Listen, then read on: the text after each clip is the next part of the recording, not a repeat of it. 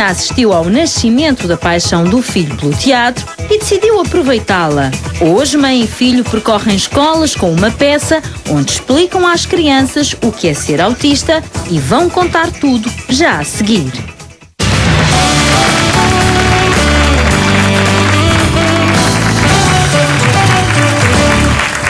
Já vamos para esta conversa e vou-vos já dizer que o Bruno é uma simpatia. Ele é uma simpatia e vão ver que vão gostar imenso de o ouvir. Até porque ele é um espectador muito atento do nosso programa. Não lhe escapa nada. Ainda há pouco me dizia o dinheiro e as férias. Portanto, eu, seguindo as indicações dele, aí vou eu falar do dinheiro e das férias. Então, dinheiro. O que é que nós temos hoje para oferecer? Um prémio que não é habitual e se calhar aí é que vai estranhar se só agora está na companhia do programa. É que o nosso prémio hoje garantido é de 3.000 euros e não de como é habitual. 3.000 euros é o nosso prémio garantido. Para quem estiver ao telefone vai receber este valor e depois vai receber o valor de uma das estrelas. A ver, vamos qual delas é que vai sair, mas vamos receber realmente aqui, ter aliás a oportunidade de dar aqui bastante dinheiro. Se por acaso sair esta estrela maior, ai meninas, aí vou-vos dizer, vou consoladinha para férias, porque 12.800 euros dar este dinheiro. Estou satisfeita. Portanto, estamos realmente aqui com prémios. É sexta-feira, é dia de mais um caso na Máquina da Verdade. E explicar-nos e dar-nos a conhecer esta história de amor que tem há algum tempo, mas que está neste momento a passar. Máquina da Verdade, vamos conhecer a história do Bruno e da mãe.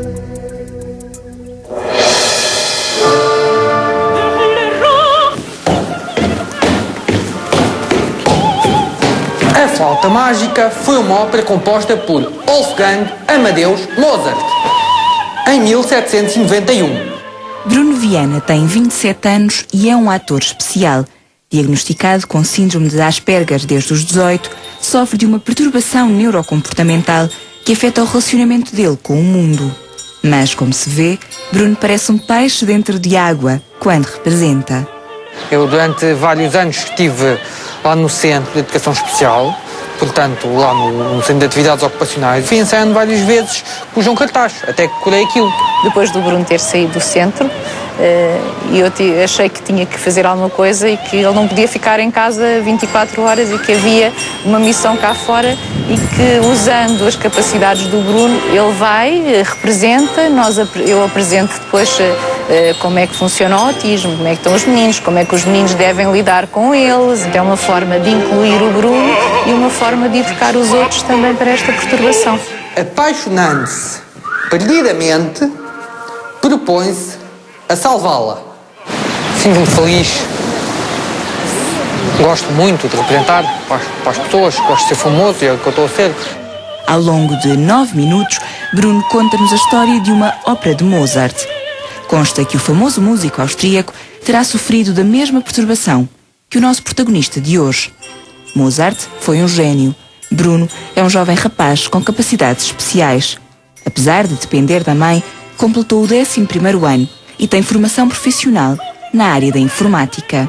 Já enviei currículos dele para algumas empresas com as capacidades e com as dificuldades e com a minha inteira disponibilidade para estar sempre ao lado, no que for preciso, estar inclusive nos locais onde ele está, para ele, até que ele se adapte, porque ele, adaptando-se facilmente, ele consegue fazer alguma coisa. O Tamino e a Pamina, o Papagino e a Papagina ficaram juntos e muito felizes, numa grande salva de palmas.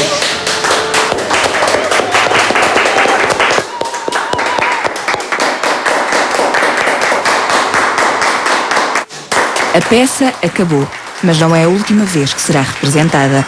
Felizmina e Bruno trabalham para educar as mentalidades.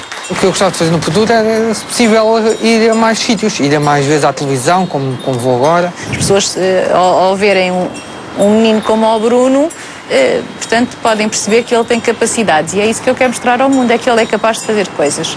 E é preciso darem-lhe oportunidades.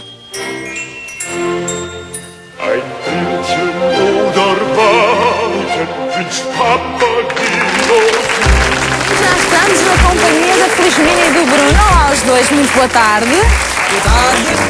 fazes favor, não estás a representar. Não, ele agora pensava que estava a representar comigo, não era, Bruno? E que bem que tu vais nesta peça. Achas que vais bem ou não? Fazes aquilo bem, a peça já. Eu tive a oportunidade de ver as imagens. Ficas feliz quando representas? Fico. Ficas. Aliás, o teu sorriso diz tudo, não é? Ficas, tu gostas bastante. Olha, e é importante transmitir aquela mensagem aos outros meninos? Explicar o que é esta doença? É. Para ti é importante. E gostas de trabalhar com a mãe? Gosto. Dão-se bem os dois ou não? Sim. Sim, dão-se bem os dois. Felizmina, há aqui uma coisa que eu queria destacar, é que no caso do Bruno, o diagnóstico foi feito já aos 18 anos, ou perto dos 18 anos. Mas o Bruno conseguiu estudar, conseguiu sempre integrar-se nas escolas onde esteve. Mas o Bruno, desculpe, Fátima, teve outros diagnósticos antes de chegar à síndrome de Asperger, embora nós sempre pensássemos que ele tinha qualquer coisa relacionada com o autismo, e desde os 3 anos que nós insistíamos com médicos, com toda a gente que o acompanhava, que o Bruno tinha comportamentos autistas. Só que nós conhecíamos os autistas clássicos, e os autistas clássicos não tinham muito a ver com o Bruno. O Bruno era um menino que aos 2 anos decorava as marcas dos carros todos, sabia o alfabeto com 4 anos, mas não sabia falar. A comunicação do Bruno foi sempre muito a saca-rolhas, como eu costumo dizer, muito puxada e muito repetitivo, fazia ecolalia, portanto falava sempre, repetia o que nós dizíamos. Ele não conhecia a primeira pessoa, portanto ele era sempre a segunda pessoa.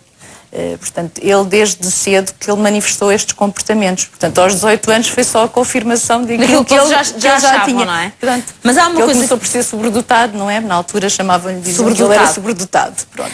O certo é que o Bruno conseguiu, estava eu a dizer, integrar-se nas escolas onde estudou, fez a formação dele até o 11º, fez depois uma formação, percebi, na área de informática, não é? Exatamente, sim. Que é o que ele gosta. Exatamente. E é aquilo que a Felizmina, como mãe, sente que ele tem mais apetência? Tem bastantes capacidades, mas pronto, depois também tem as dificuldades de integração no mercado de trabalho. Ele ser muito sincero, demasiado sincero, não é? Não ter aquele filtro social de filtrar as conversas. Se ele ouvir uma coisa é capaz de contar, portanto não vê maldade nas pessoas. Para ele todas as pessoas são amigas, ele não consegue ver para além ou seja, da verdade. Aqui a ter uma conversa às duas sobre alguém e tivesse dizer coisas menos boas, ele cruzava-se com a pessoa e dizia o que é que nós tínhamos dito. Exatamente, correto. E também não tem aquele filtro, portanto, das pessoas de ser, para ele, um jardineiro ou um doutor é a mesma coisa, não tem... Trata toda a gente de forma igual. Toda a gente de forma igual. É tudo por tu, é tudo igual, não há... E neste momento o Bruno está a ter que tipo de acompanhamento? Há algum acompanhamento? Nenhum. Agora chegou à terra de ninguém, como eu costumo dizer. Portanto, eles quando chegam à idade adulta, eles crescem, depois o que é que a gente faz? Nada.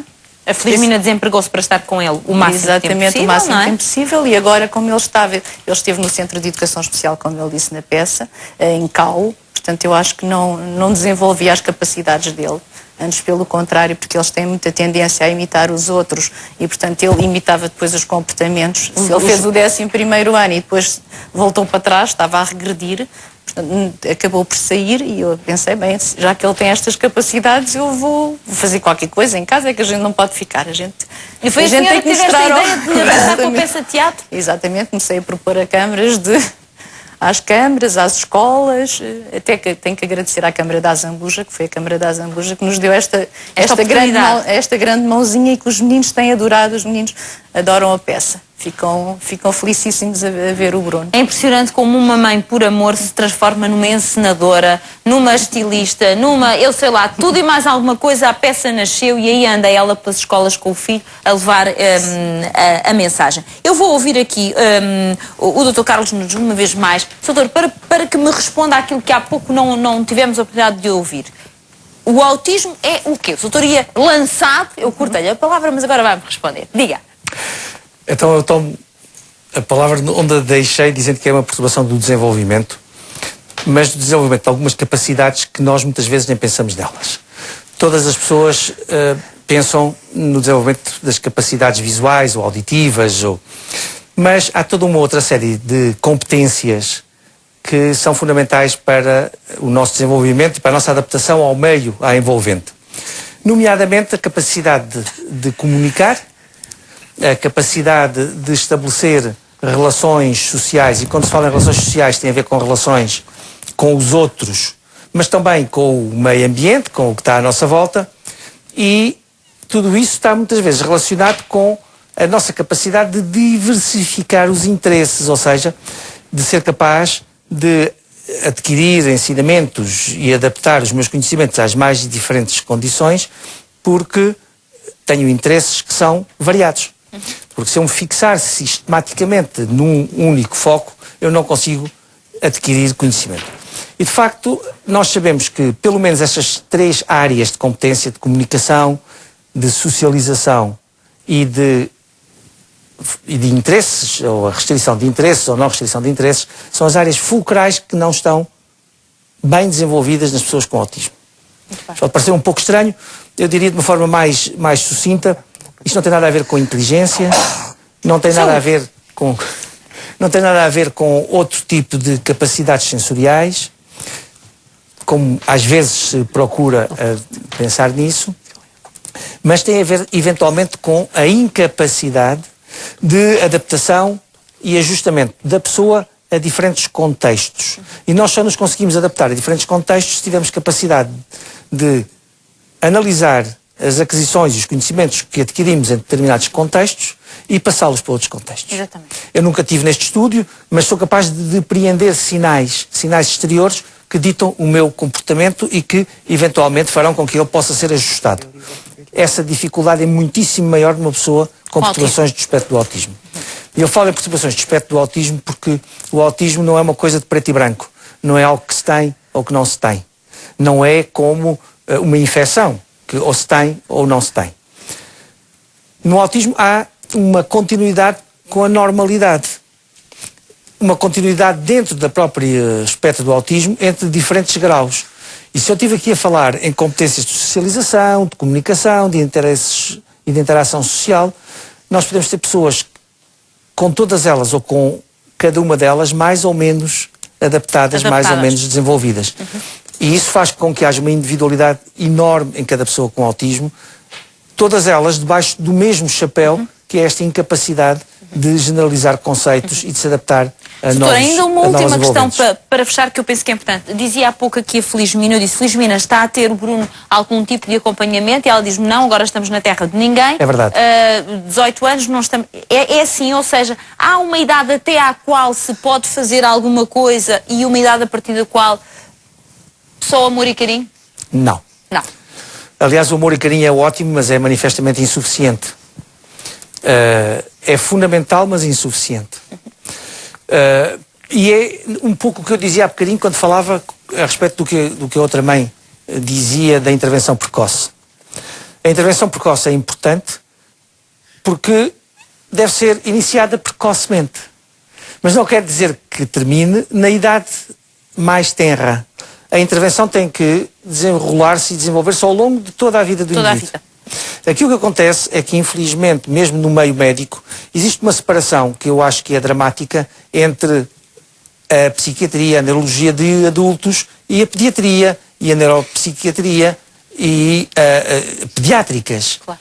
E aquilo que acontece é que muitas vezes há um acompanhamento ótimo até determinada idade que cessa porque a pessoa fez 17, 18 ou 20 anos. Exatamente. Aquilo que é a minha experiência no acompanhamento dos adultos é que tem que existir sempre um ajustamento das condições do meio, e aquilo que nós temos a partir de determinada idade é a necessidade de fazer com que essas pessoas, sendo como são, vivam de uma forma mais autónoma e mais ajustada. Muito bem. Bom, doutor, eu agradeço os esclarecimentos que nos deixou esta tarde, importantes. Agradeço também à Felizmina e ao Bruno. Bruno, eu despeço-me desejando muitas felicidades aos dois e vou fazer uma coisa que eu sei que tu gostas muito. Vou ali para o passatempo falar do passatempo da casa, das férias, daquelas coisas todas que tu conheces bem. E a máquina da verdade? E da máquina da verdade. E da máquina... E se falo a seguir, falo da máquina da verdade. Tu gostas muito da máquina da verdade, Sim, não é? Dizer, à pergunta, a máquina diz que é? É verdade. Se hoje tu quiseres ficar ali atrás nos bastidores a acompanhar, podes ficar. Eu autorizo, podes ficar a ver para perceberes como é que isto tudo é feito, não é? Ele hoje tem andado aqui numa visita guiada maravilhosa, já foi à Regi, tudo está fascinado e é isso que vai acontecer hoje, vais ver tudo por dentro. Um grande aplauso para esta mãe e para este filho. Muito obrigada.